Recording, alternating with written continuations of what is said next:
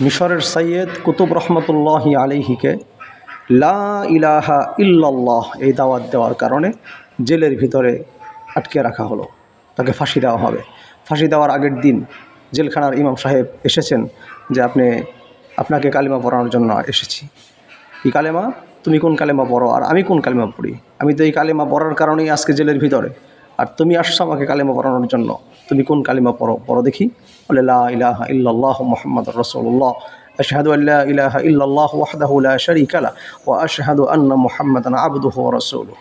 বলে তুমি যে কালেমা পড়ার কারণে আজকে তুমি সরকারের কাছ থেকে ভাতা নিচ্ছ, সরকারের হাদিয়া পাচ্ছ, হালুয়া রুটি পাচ্ছ, আর আজকে আমি কালেমা পড়ার কারণে সেই সরকার আমাকে ফাঁসি দিচ্ছে। আমাকে পূর্বের যত নবী এসেছে তারা লা ইলাহা ইল্লাল্লাহর দাওয়াত দিয়েছে, তারা ফাঁসির কাষ্টে ঝুলেছে, জুলুম নির্যাতনের শিকার হয়েছে, আর আজকেও আমি সেই অবস্থায় কালেমা পড়ার কারণে আমার